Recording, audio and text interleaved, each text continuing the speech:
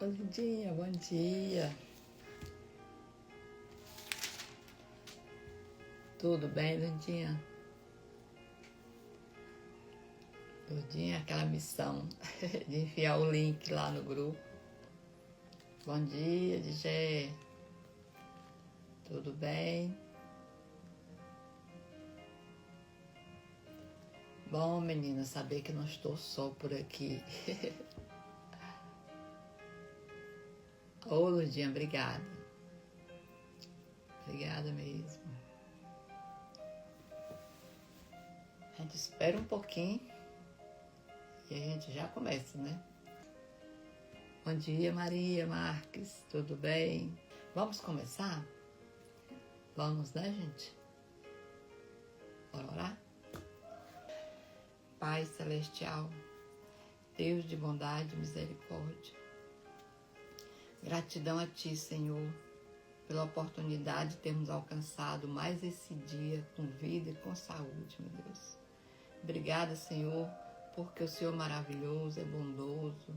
O Senhor sabe todas as coisas, Senhor, e o tempo para cada uma delas. Pai, nós apresentamos a nossa vida a Ti, Senhor, e pedimos a Ti a Sua proteção, meu Deus. Que o Senhor nos guarde, nos proteja. Proteja todas as pessoas que estão aqui no ao vivo, Senhor, e os que vão assistir depois, Senhor. Que o Senhor proteja a vida e a família de cada uma, Pai.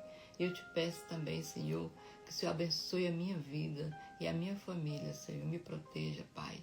Nos dê, Pai, sabedoria divina para que possamos entender a Tua palavra, Pai. Traga-nos revelação, Pai. Nos ensine também, Pai, a vivermos uma vida segundo a Tua vontade, meu Deus. Faça com que também, Senhor, nós possamos compartilhar a Tua palavra, Senhor. Essa oração que fazemos em nome de Jesus, que vive e reina para sempre. Amém. Glória a Deus por mais um dia de vida, por mais um dia lendo a palavra. Daniela, bom dia, Daniela, seja bem-vinda. Karine, bom dia, seja bem-vinda. Nós estamos num momento de leitura da Bíblia. Lemos Mateus, Marcos, estamos lendo o Evangelho de Lucas. Vamos começar hoje a partir do capítulo 12. E vocês são bem-vindas. Então, vamos continuar. Ontem nós lemos o capítulo 10, né?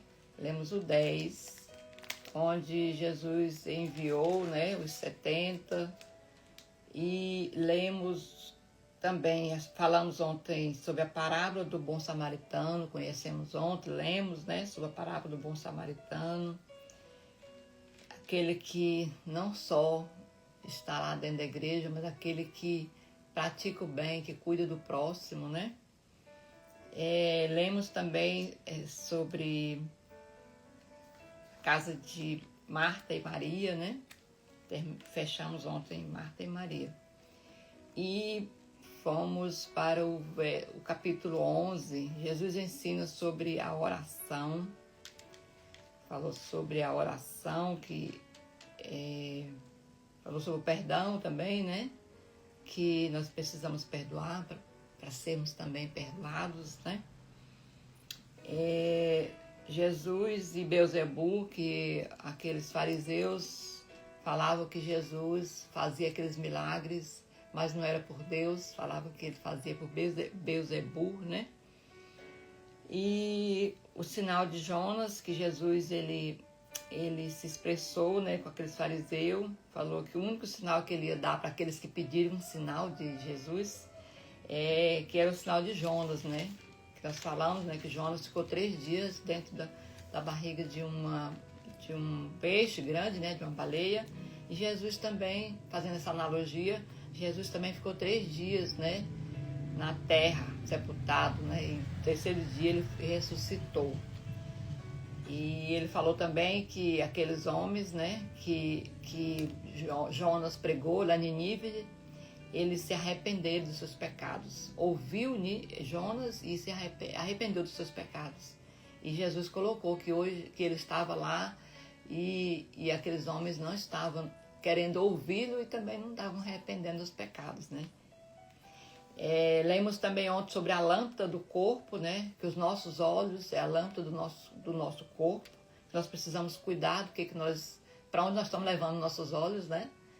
Que é para a gente ter cuidado com o que a gente vê, porque dele a gente precisa, né? Porque se ele está vendo coisa ruim, com certeza nós estamos também trazendo coisa ruim para dentro de nós. Jesus condena a hipocrisia, né?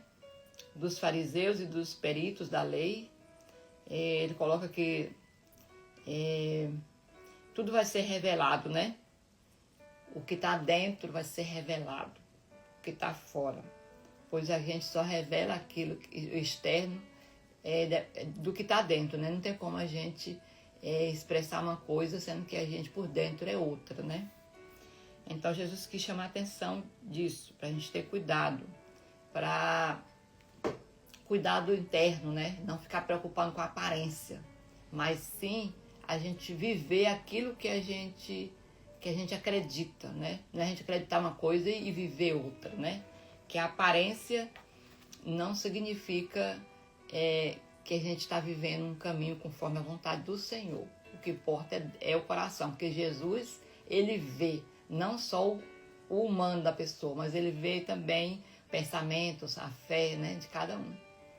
Então, que a gente possa cuidar disso também, né? E vamos para o capítulo 12, já inicia com advertência e estímulo. Então, que o Senhor nos dê, né, sabedoria, para que a gente possa ler e entender o que Ele está nos dizendo, o que Ele tem para nós hoje, né? Vocês estão ouvindo bem aí, gente? Dá para ouvir? Advertência e estímulo. Nesse meio tempo, tendo se reunido uma multidão de milhares de pessoas, a ponto de atropelarem umas às outras, Jesus começou a falar primeiramente aos seus discípulos, dizendo: tenham cuidado com o fermento dos fariseus, que é hipocrisia. Não há nada escondido que não venha a ser revelado, nem oculto que não venha a ser conhecido. O que vocês disseram no escuro será ouvido à luz do dia. O que sussurraram nos ouvidos dentro de casa será proclamado dos telhados. Aqui, né, Jesus já começa trazendo um alerta para nós, né? E uma continuação, vocês não observaram? Uma continuação do tema que nós lemos ontem, né, no final, dando uma continuidade, a lâmpada do corpo, né? E ele falou, né, e Jesus condena a hipocrisia. Então, dá uma continuidade aqui nesse assunto, né? Sobre a hipocrisia também. Então, ele coloca aqui, ó, tenham cuidado. Você já imaginou quando a gente vai fazer alguma coisa, e aí, vou falar da mãe, né, que nossa mãe falava assim, ó, tenha cuidado, porque lá tem um perigo assim, assim. A gente já ficava assim, bem alerta, né, em relação àquilo. E quando não falava nada, a gente não ficava, né, muito alerta, né, não ficava preocupada em observar e ter mais atenção. E aí eu trago para cá, porque assim, quando a palavra ela vem com essas observações, é para realmente a gente ter cuidado, né? Aqui Jesus já começa falando, tenham cuidado, tenham cuidado. Então é para a gente realmente ter uma atenção especial aqui, né? Tenham cuidado com o fermento dos fariseus, que é a hipocrisia. Ele quer dizer, né? Ter cuidado com os ensinamentos daqueles religiosos, né? Dos fariseus daquela época.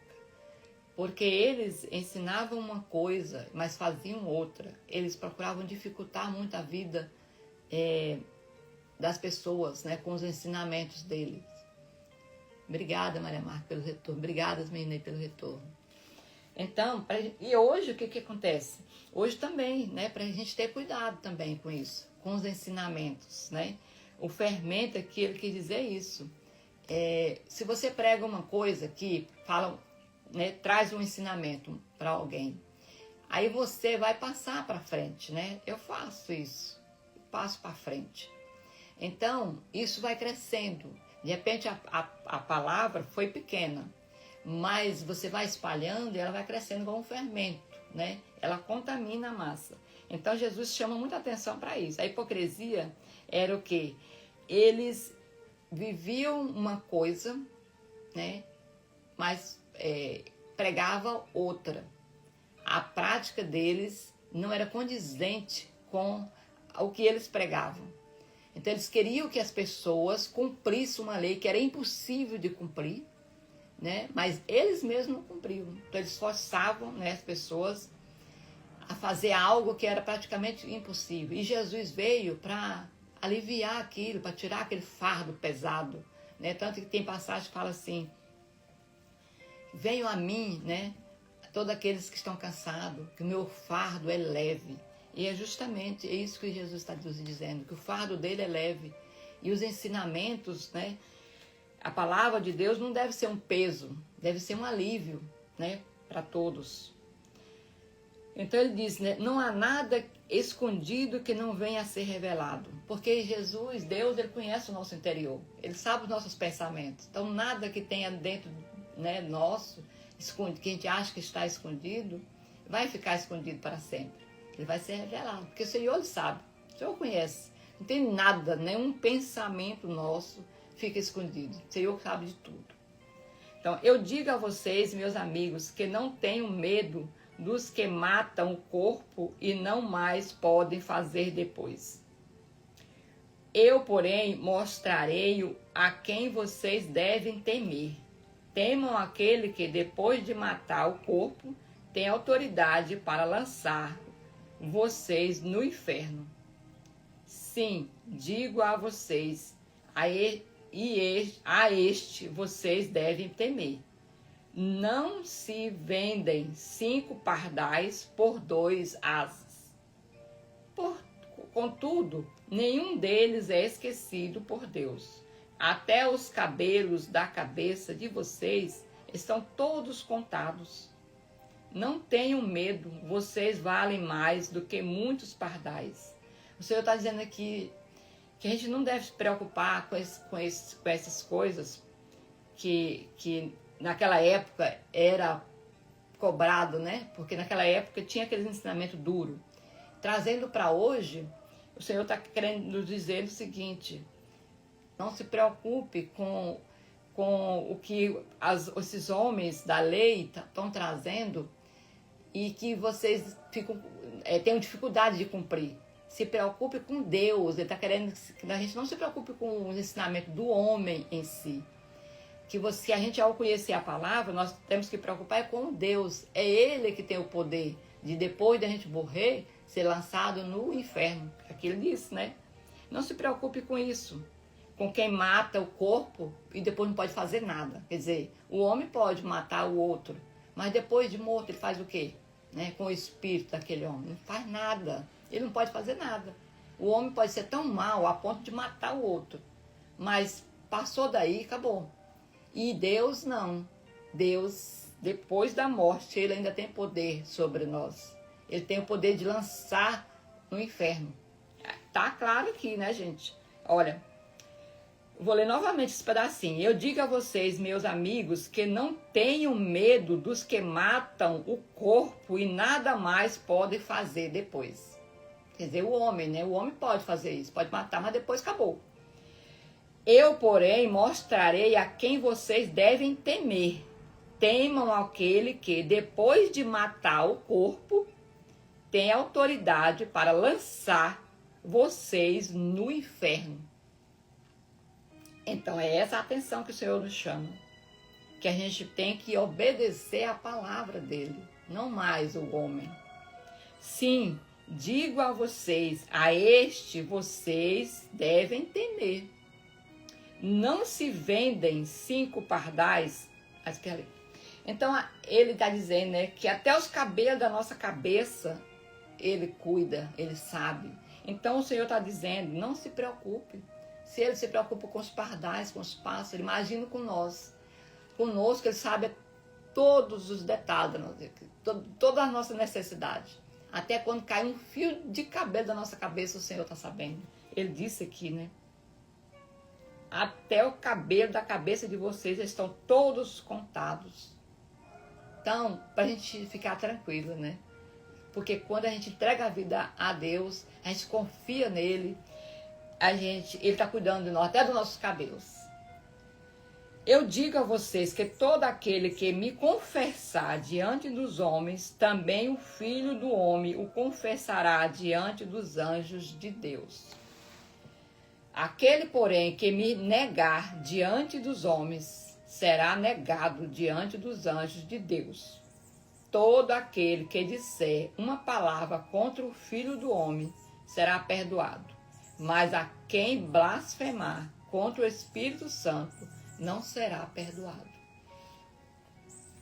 Dia-me esse. Então aqui está falando, né? Todos os pecados, se a pessoa se arrepender, né? Buscar arrependimento, é perdoado. Mas o Senhor está nos dizendo que aquele que blasfemar contra o Espírito Santo não será perdoado. Então que nós possamos ter cuidado com isso, né, gente? O único pecado que não é perdoado, está registrado na Bíblia, é esse. O pecado contra o Espírito Santo. Então, contra o Espírito Santo não há perdão. Então, quando os levarem às sinagogas e diante dos governantes e das autoridades, não se preocupe com a forma pela qual se defenderão, nem com o que dirão, pois naquela hora o Espírito Santo lhes ensinará o que deverão dizer. Ele está nos dizendo, né? Primeiro disse lá, quem me negar diante dos homens, né, aqui na terra, quem negar a Jesus aqui na terra, ele também vai negar diante de Deus, né? Diante dos anjos de Deus, ele vai nos negar, né?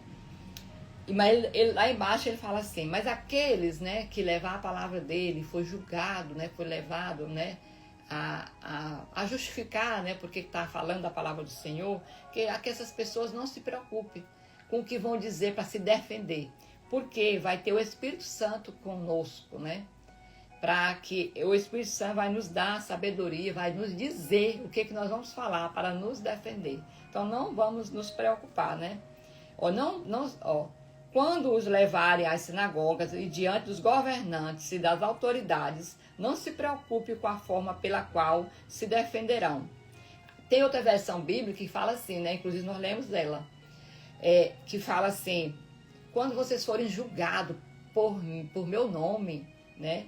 Quando vocês forem levados a julgamento por meu nome, pelo meu nome, não se preocupe, né? Diante das autoridades, que o Espírito Santo ele vai lhe dizer, né, o que você vai falar para se defender.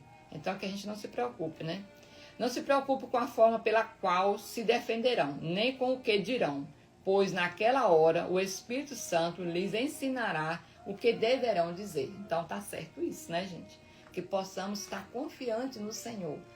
Quando a gente não nega o nome dele, né, a gente não se envergonha de falar, né, da palavra do Senhor, falar que é uma seguidora de Jesus, né, falar que Jesus, confessar que ele é o único Salvador, ele também vai nos defender, ele também não vai se envergonhar, né, da gente diante do Pai. Então que a gente, né, possa contar com isso, né, com essa defesa do Senhor diante de Deus. A parábola do rico insensato. A partir do verso 13. Alguém da multidão lhe disse, mestre, diz a meu irmão que divida a herança comigo. Jesus respondeu, homem, quem me designou juiz ou árbitro entre vocês? Então ele lhes disse, cuidado, protejam-se contra todo tipo de ganância, porque a vida de um homem não consiste na quantidade dos seus bens. Contou-lhes então esta parábola. A terra de certo homem rico produziu muito. Ele pensou consigo mesmo, o que vou fazer? Não tenho onde armazenar a minha colheita. Assim disse, já sei o que vou fazer.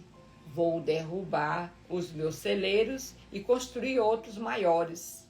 E ali guardarei toda a minha safra e todos os meus bens.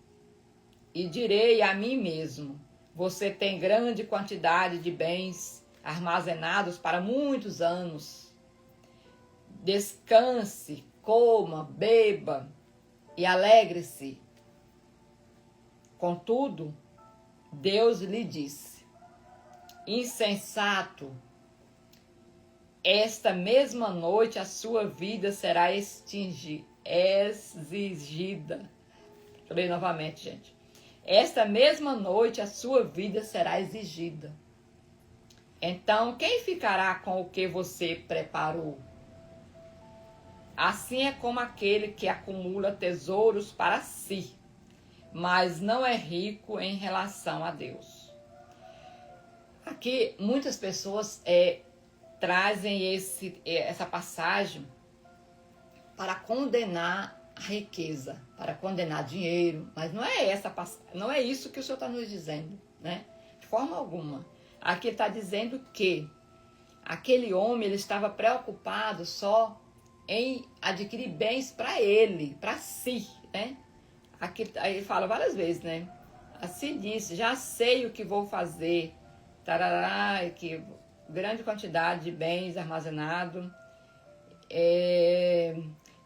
Descanse, ele mesmo falou para ele mesmo, né? Descanse, coma, beba e alegre-se. E Deus falou, coitado. Nenhum momento ele colocou Deus naquele ali, nenhum momento ele falou, né, de contribuir com o próximo, nenhum momento ele falou assim: agora eu posso, né, contribuir com o reino de Deus, né? E agora eu vou entregar para o Senhor, eu vou consagrar isso a Deus, né? Ele, no momento, ele colocou isso, ele colocou para alegrar ele, para ele comer, para ele beber, para ele, para o bem, para ele. Então, é isso que o Senhor quer dizer. Assim é como aquele que acumula tesouros para si. Ele estava acumulando tesouro para ele. E aí Deus deixa bem claro, né? Esta noite mesmo, a sua vida vai ser exigida. Então, Deus quer dizer, o controle de tudo isso não está nas suas mãos, está nas minhas mãos. Então, é claro, né, gente? Fica claro para nós. Reabe, seja bem-vinda. Aira, bom dia. Nós estamos aqui no estudo da Bíblia, lendo a Bíblia, lendo o capítulo 12 do livro de Lucas.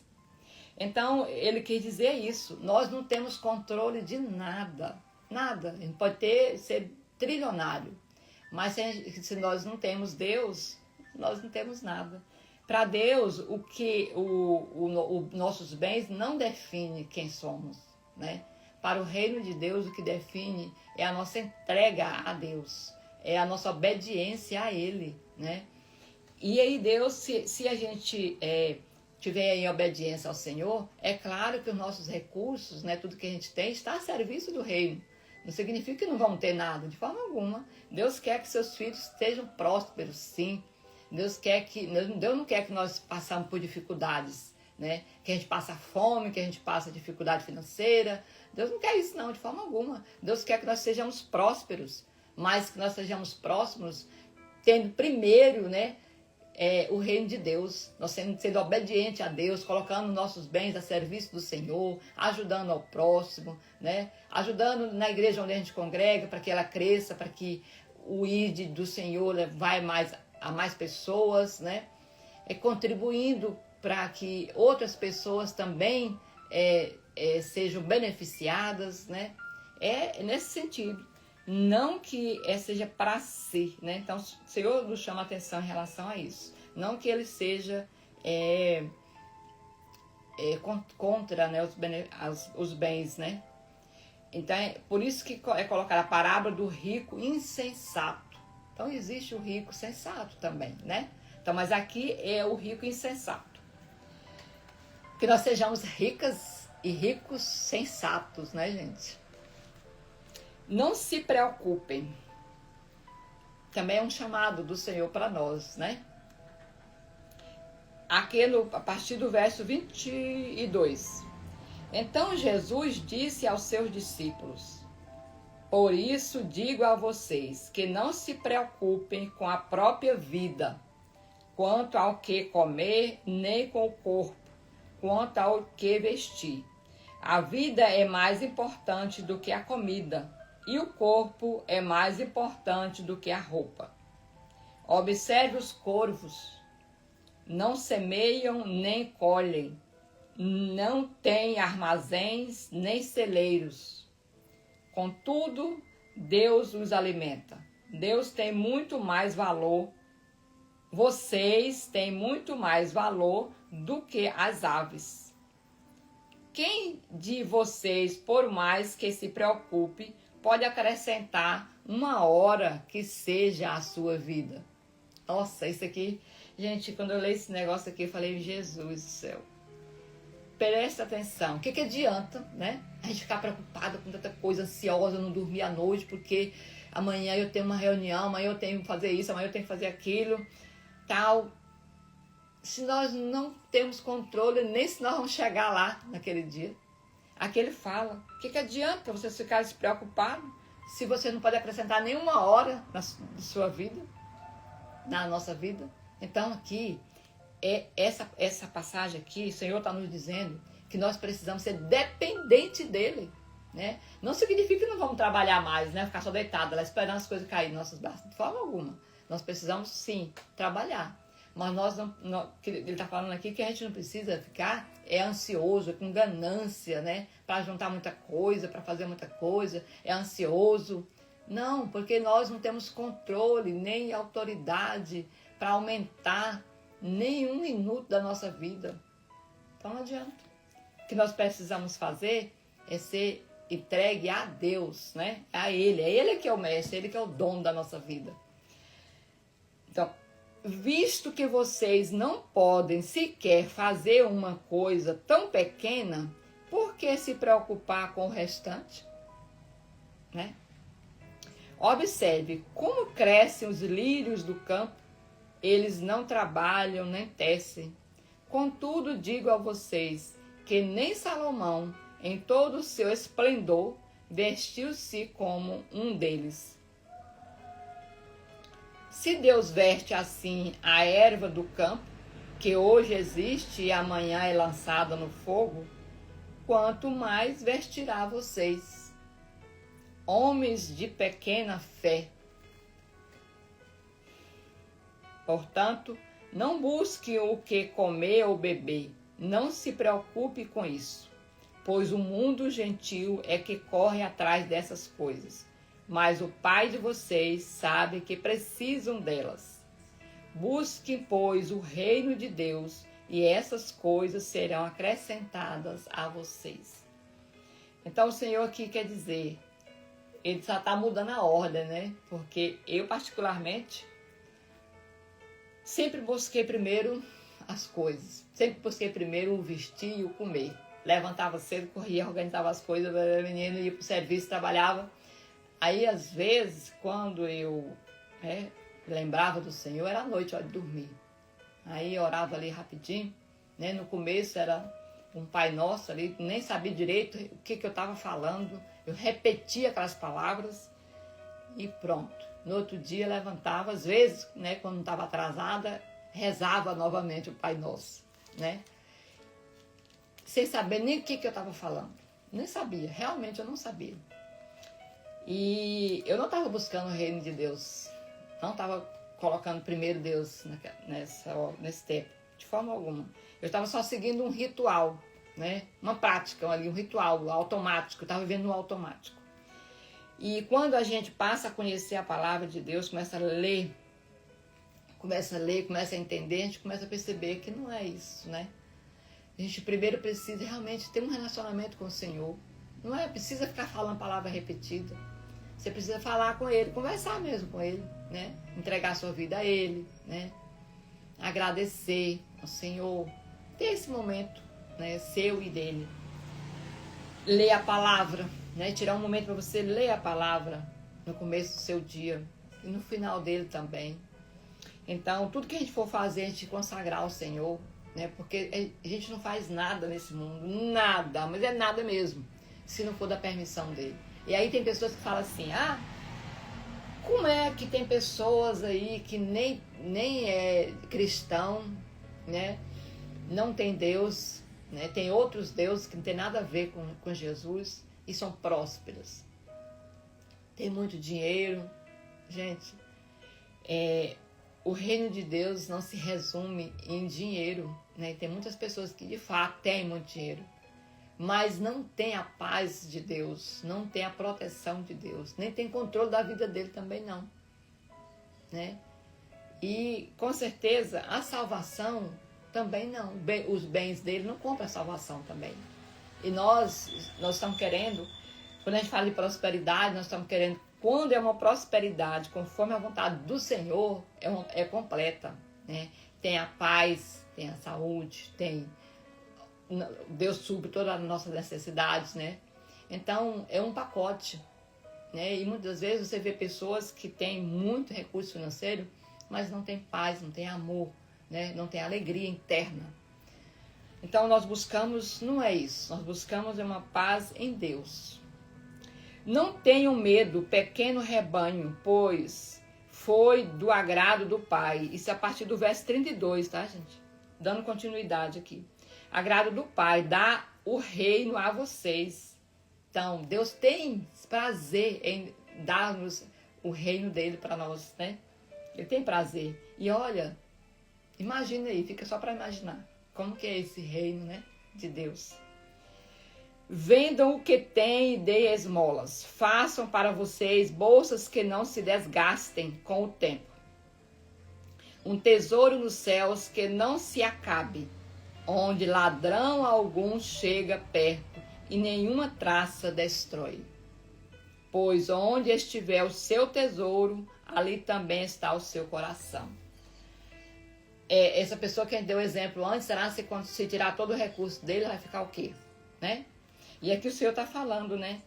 Que se o nosso coração for no céu, é lá que está o nosso tesouro. Se o nosso tesouro for o céu, for o reino de Deus, é lá que o nosso coração está, né? Então, que o nosso coração esteja de fato, né, gente, no reino de Deus. Não significa que nós não vamos abandonar todas, né, as outras coisas do nosso trabalho, né, de buscar evoluir financeiramente. Não é isso. Mas é que quando a gente tem Deus, essas coisas não passam a ser a principal, a prioridade. Não é a prioridade. A nossa prioridade é o Senhor. Aparecida, bom dia, Aparecida. Bem-vinda à leitura da Bíblia conosco. Vamos para o versículo 35. A vigilância. Aqui, né, o próprio tema já fala, né, de vigilância. Estejam prontos para servir e conservem acesas as suas lâmpadas, como aqueles que esperam o seu Senhor voltar de um banquete de casamento, a fim de que possam abrir-lhe a porta imediatamente quando ele chegar e bater. Bem-aventurados os servos cujo Senhor, quando voltar, o encontrar vigiando. Em verdade lhes digo que ele se vestirá para servir. Fará que se reclinem à mesa e virá servi-los. Mesmo que ele chegue de noite ou de madrugada, bem-aventurados os servos que o Senhor encontrar preparados. Isso aqui é para nós, né, gente? O Senhor, que pode voltar a qualquer hora, é Jesus, né? Que ele está falando aqui, né? E bem-aventurado aqueles que ele encontrar, né, em vigilância, encontrar servindo a ele, quer dizer, buscando fazer aquilo que ele deixou para nós fazermos, né? Conhecer a palavra dele, levar a palavra dele para outras pessoas, né? Obedecer o que ele está dizendo aqui. Então ele está colocando isso para nós, né? Não importa a hora. Ele colocou aqui, né? É verdade que vos digo, que ele se vestirá para servir. Bem-aventurados os servos cujo Senhor, quando voltar, os encontrar vigiando. Quer dizer, não vai pegar a gente dormindo, despercebido, largado, né, sem nenhuma preocupação com a volta do Senhor. Ele quer dizer que nós estejamos em oração, né, vigiando. Em verdade lhes digo que ele se vestirá para servir, fará que se reclinem à mesa à noite ou de madrugada. Quer dizer, qualquer hora que o Senhor voltar, nós vamos estar prontas, né? Pronta para nos vestir e servir Ele. Então, é isso que eu entendi, né? De repente você pode ter um outro entendimento, uma outra revelação. Se o dono da casa soubesse a hora que ouviria o ladrão, não permitiria que a sua casa fosse arrombada. Estejam também preparados, pois não sabe a hora quando o Filho do Homem virá. Então, gente, aqui é bem claro, né? Ele está colocando isso. Érica, bom dia, Érica, seja bem-vinda à leitura da Bíblia. Então, ele está colocando isso, né? Estejam preparados, pois não sabem a hora quando o Filho do Homem virá. Nós não sabemos, né? Não foi dito a nós, né? Nem Jesus falou que sabia, ele falou que só o Pai sabe disso. Então nós não sabemos. E como nós não sabemos, as orientações que ele deixou para nós aqui foi essas, né? De qualquer hora, né, a gente esteja preparado, porque qualquer hora que ele chegar, nós estejamos preparados. Não adianta a gente pensar assim, eu vou fazer isso aqui errado hoje aqui, depois eu me arrependo, eu volto atrás, né? E eu volto a continuar a minha vida. E se ele voltar naquela hora que você está fazendo o errado? E se aqueles minutos, os últimos minutos da sua vida foi aquela hora que você está fazendo o errado? Já imaginou? Né? O que adianta ter uma vida, né? Ali em obediência ao Senhor, e aí por nada você muda, e aí é os últimos minutos da sua vida, é aquela hora realmente que você mudou. Então que a gente tenha vigilância. Pedro perguntou, Senhor, estás contando essas parábolas para nós ou para todos? O Senhor respondeu, quem é, pois, o administrador fiel e sensato a quem o Senhor encarrega dos seus servos para lhes dar a porção de alimento no tempo devido?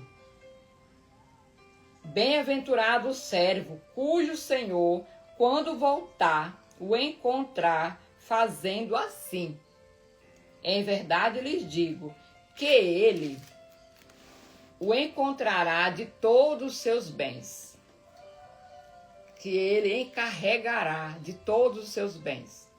Entretanto, se o servo disser no seu coração, o meu senhor está demorando a voltar, e começar a beber, a bater nos criados e nas criadas, e comer e beber e a embriagar-se, e o senhor daquele servo virá em um dia que ele não espera e em uma hora que não sabe.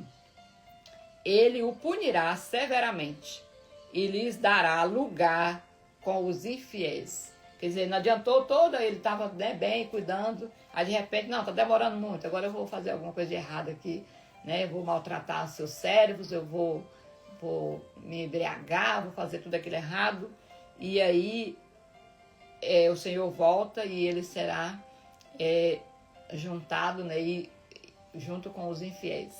Então, tudo aquilo que ele fez antes vai ser desconsiderado.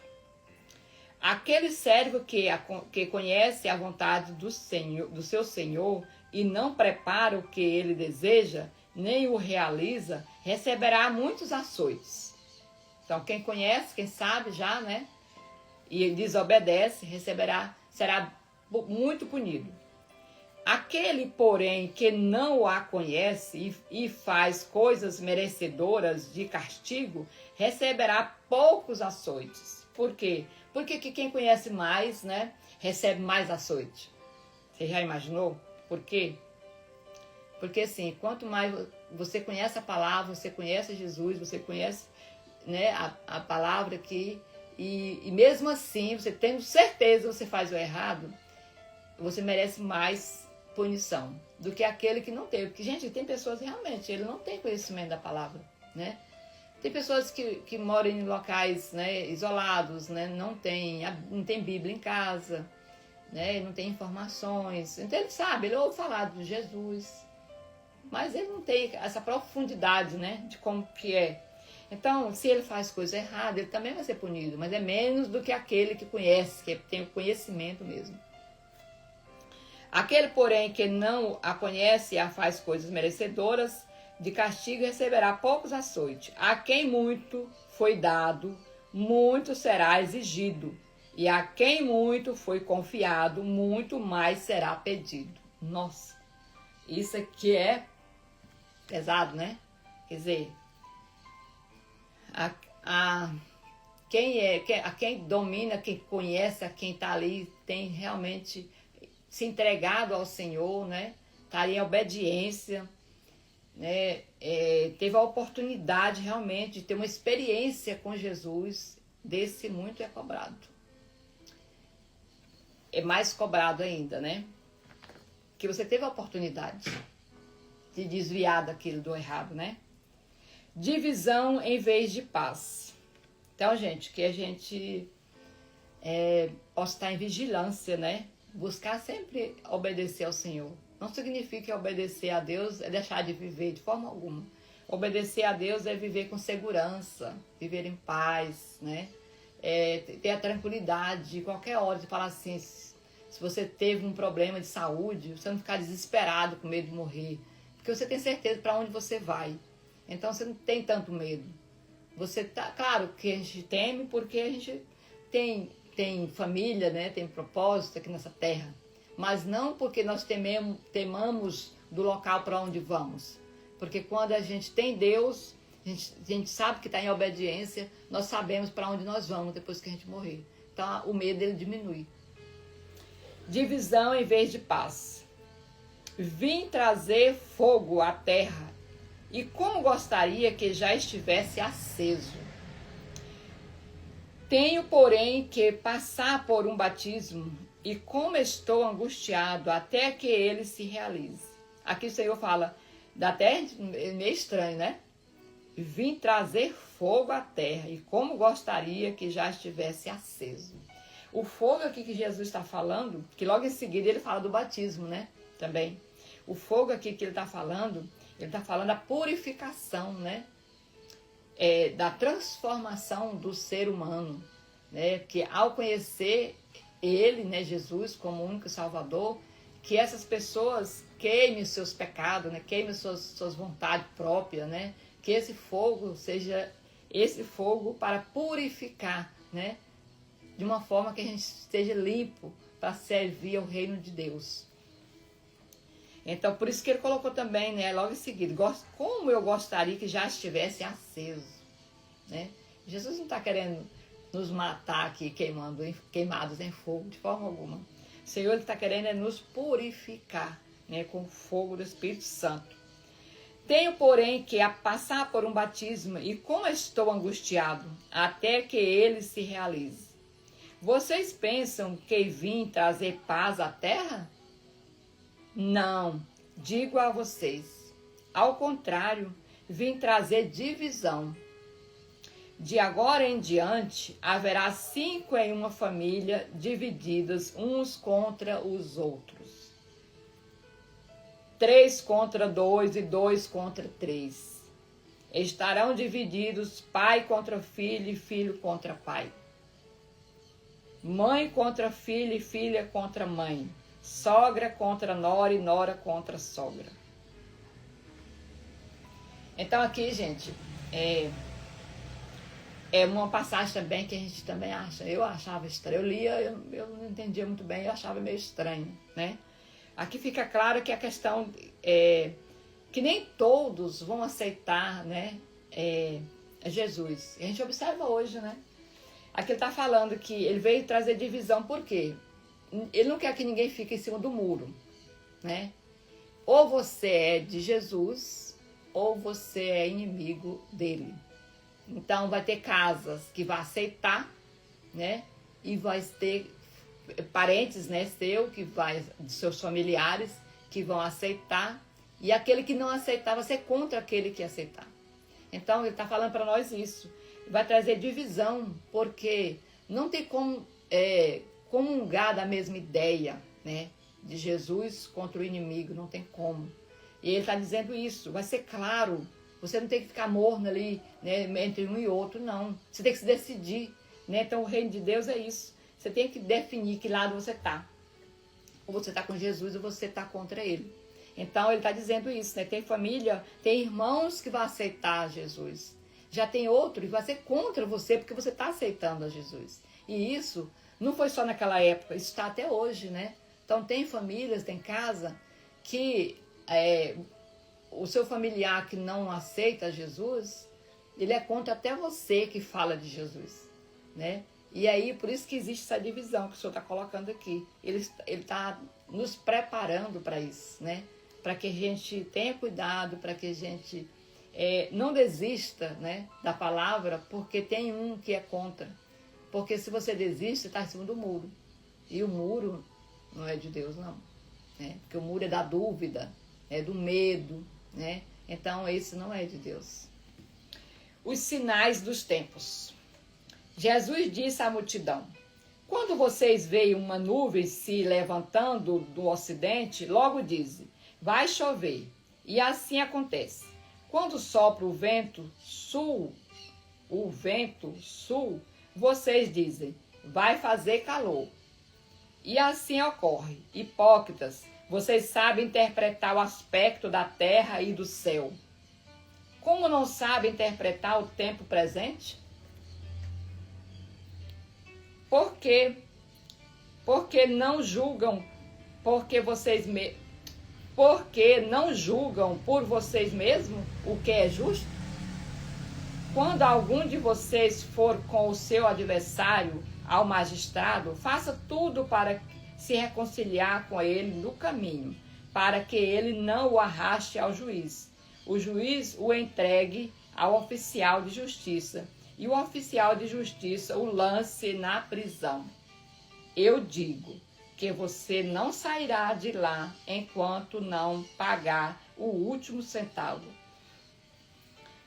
Aqui também, para mim, né, o entendimento faça reconciliação com as pessoas enquanto estão vivos, né, estão andando aqui nessa terra.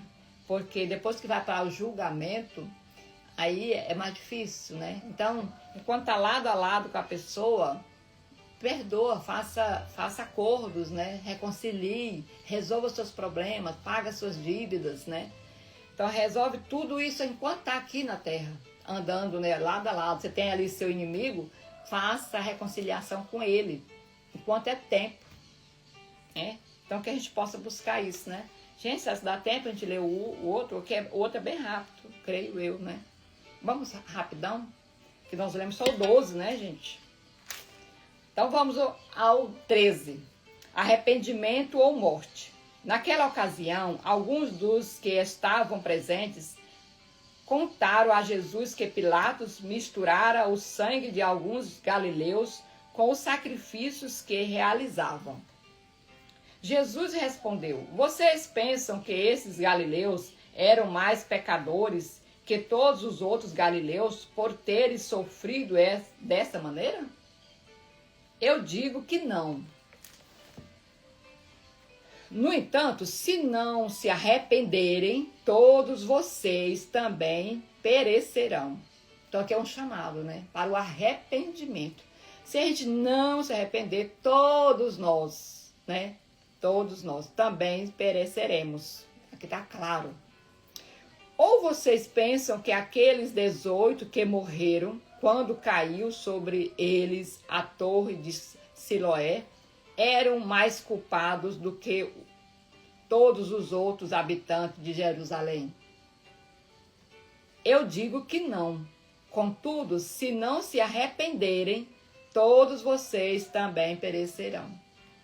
São muitos chamados, né, para o arrependimento, né, gente?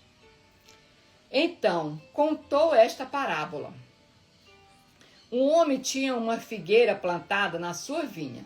Foi procurar fruto nela, mas não achou nenhum.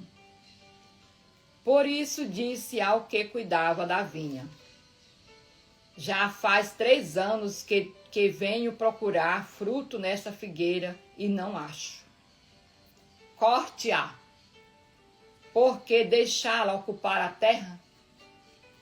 O homem respondeu: Senhor, deixa-a por mais 1 ano, e eu cavarei ao redor dela e a adubarei. Talvez dê fruto no futuro, caso contrário, corte-a. Sabe o que vem aqui para mim? É que essa figueira somos nós, né? E o Senhor que manda, o Senhor que fala que veio, por 3 anos veio ver, né, buscar fruto nessa figueira, por 3 anos. Ele veio buscar fruto nessa figueira e não encontrou nada. Aí ele mandou cortar. E aquele homem pediu, né, Senhor, deixe-a mais 1 ano, que eu vou regá-la. E aí se ela não der fruto, aí você pode cortar. Quem está falando isso é Jesus, né? Nós somos a figueira. Aí o Senhor, dono da plantação, é Deus. E Jesus é esse que vai cuidar, né? Que pediu mais um tempo. E ele está falando, né? A figueira não estava produzindo frutos. Deus já queria tirar logo, né, da terra. Estava ocupando a terra. E Jesus pediu, dá mais um tempo aí para ela, que eu vou cuidar mais dessa oportunidade. Jesus está sempre cuidando da gente, né?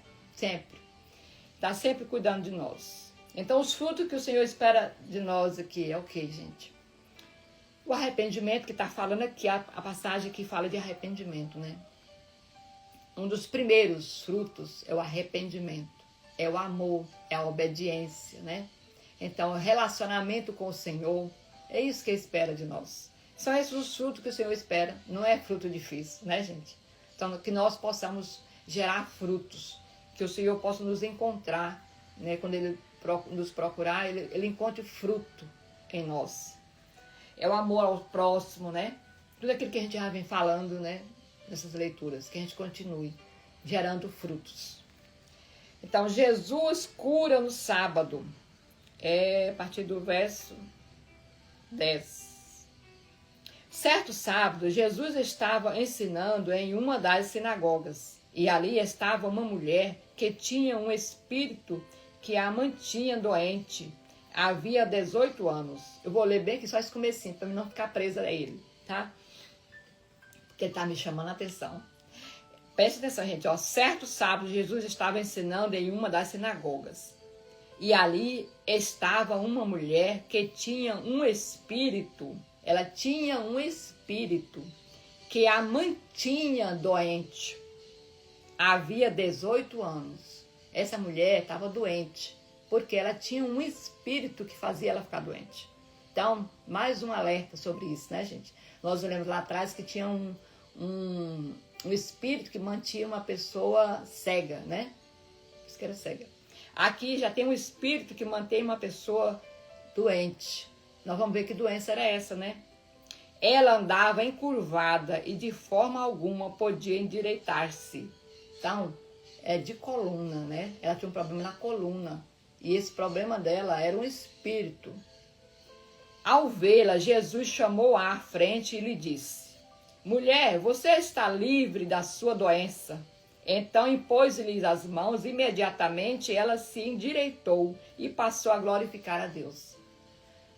Então, assim que o espírito do mal saiu dela, né? Assim que Jesus ela tocou, ela foi tocada por Jesus e ela foi curada, né, da doença dela.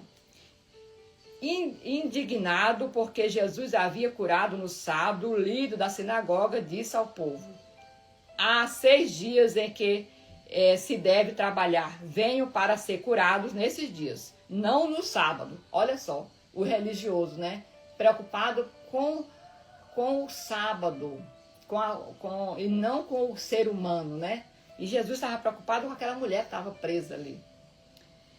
O Senhor lhe respondeu: hipócritas, acaso cada um de vocês não desamarra no sábado o seu boi ou o seu jumento e o leva do estábulo para dar-lhe água? Ora, esta mulher, uma filha de Abraão, a quem Satanás mantinha presa, por 18 longos anos, não deveria no dia de sábado ser liberta daquilo que aprendia?